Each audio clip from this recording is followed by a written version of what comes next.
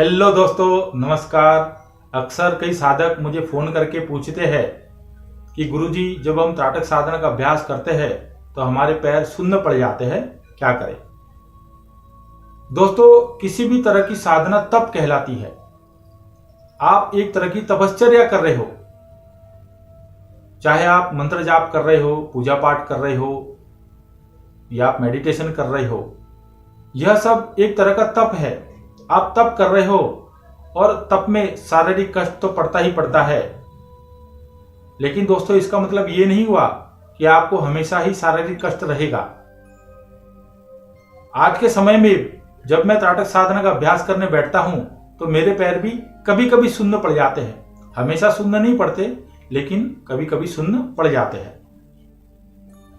जब मैं त्राटक साधना का अभ्यास खत्म करता हूं तब मैं कुछ 5 मिनट के लिए अपने पैरों को आराम देता हूं और 5 मिनट के अंदर अंदर मेरे जो पैर सुन्न पड़ गए हैं वो अपनी नॉर्मल स्थिति में आ जाते हैं। इसलिए आप ये ना समझे कि आपको हमेशा ही शारीरिक कष्ट पड़ेगा, यह आपकी आदत बन जाएगी और आप पाओगे कि अब आपको पहले की तरह शारीरिक कष्ट नहीं हो रहा है। इसलिए आप अपनी तपश्चर्या को जारी रखिए, आप अपने अभ्यास को जारी रखिए। ज्यादातर साधकों की ये समस्या रहती है कि जब भी वह त्राटक साधना का अभ्यास करने बैठते हैं, अभ्यास करते समय उनके घर के सदस्य आपस में बातचीत करने लगते हैं और उसकी वजह से उनका ध्यान भंग हो जाता है, या फिर बाहर से तरह तरह की आवाजें आने लगती है और उन आवाजों पर उनका ध्यान चला जाता है और इस वजह से वह त्राटक साधना में अपना ध्यान नहीं लगा पाते हैं। इस तरह की अक्सर कई साधक मुझसे शिकायत करते रहते हैं और पूछते हैं कि गुरुजी क्या करें। दोस्तों, जब आप त्राटक साधना का अभ्यास करने बैठते हो तब आपका काम है ध्यान लगाना। जो भी आप त्राटक कर रहे हो, चाहे वो बिंदु त्राटक हो, ज्योति त्राटक हो, दर्पण त्राटक हो, या आप शक्ति चक्र त्राटक का अभ्यास कर रहे हो, उस समय आपका काम है उस ऑब्जेक्ट पर ध्यान लगाना जिसका आप त्राटक का अभ्यास कर रहे हो। अब आप मुझे एक बात बताइए, जब आप बस में सफर कर रहे होते हो तो कितनी जोर से आवाज होती है। बस की चलने की आवाज आ रही है, आसपास में जो वाहन चल रहे हैं उनकी भी आवाजें आ रही है, फिर भी आप एकदम इत्मीनान से सो जाते हो। इतना शोरगुल होने के बावजूद भी आपको बस में बड़े आराम से नींद आ जाती है। तो इसके पीछे कारण क्या है? कारण यही है कि आपका मन कहीं ना कहीं ये स्वीकार कर लेता है कि इस तरह की आवाजें तो होती ही रहेगी। आपके मन में स्वीकार भाव आ जाता है और इस वजह से आप खर्राटा मार के सोने लग जाते हो। तो दोस्तों, बिल्कुल उसी भाव को जब आप त्राटक साधना का अभ्यास करते हो उस समय लाना है। आपने स्वीकार भाव लाना है कि इस तरह की आवाजें तो होती ही रहेगी और इसी आवाज में मुझे त्राटक साधना का अभ्यास करना है। आपने स्वीकार कर लेना है कि इन आवाजों को मैं नहीं रोक सकता, ये तो होने ही वाली है।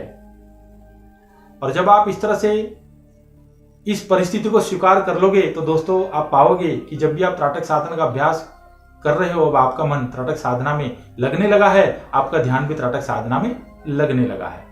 इसलिए त्राटक साधना का अभ्यास करते समय अगर वातावरण में आवाजें हो रही है तो विचलित नहीं होना है, उन्हें स्वीकार कर लेना है। बिल्कुल उसी तरह से जब आप बस में सफर कर रहे होते हो और आपको बड़े आराम से नींद आ जाती है, उसी तरह से आपने त्राटक साधना का अभ्यास करते समय आसपास के शोरगुल को स्वीकार करना है और त्राटक साधना में अपने ध्यान को लगाना है और आप पाओगे कि अब आपका ध्यान त्राटक साधना में लगने लगा है।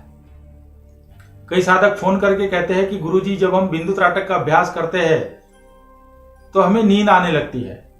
दोस्तों, नींद आने के पीछे कई सारे कारण है। सबसे पहला कारण यह है कि आप रात्रि को ठीक से नींद नहीं लेते, आपकी नींद पूरी नहीं होती है, इसीलिए त्राटक साधना के दौरान आपको नींद आने लगती है। कुछ साधक कहते हैं कि गुरुजी, हम दोपहर को सो लेते हैं।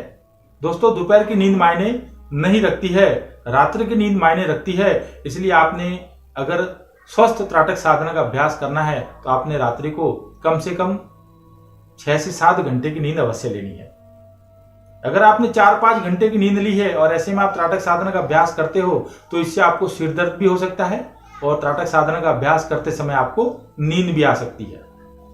दोस्तों, नींद आने के पीछे एक और कारण है कि जब त्राटक साधना करते करते आपका कॉन्शियस माइंड विचार शून्य होता है, यानी कि आपका कॉन्शियस माइंड शांत होने लगता है, ऐसे में आपका सब कॉन्शियस माइंड जागृत होता है। इस वजह से भी साधक को नींद आने लगती है।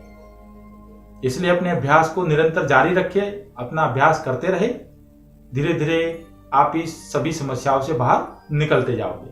उम्मीद करता हूं दोस्तों मेरा ये वीडियो आपको काफी हेल्पफुल रहा होगा।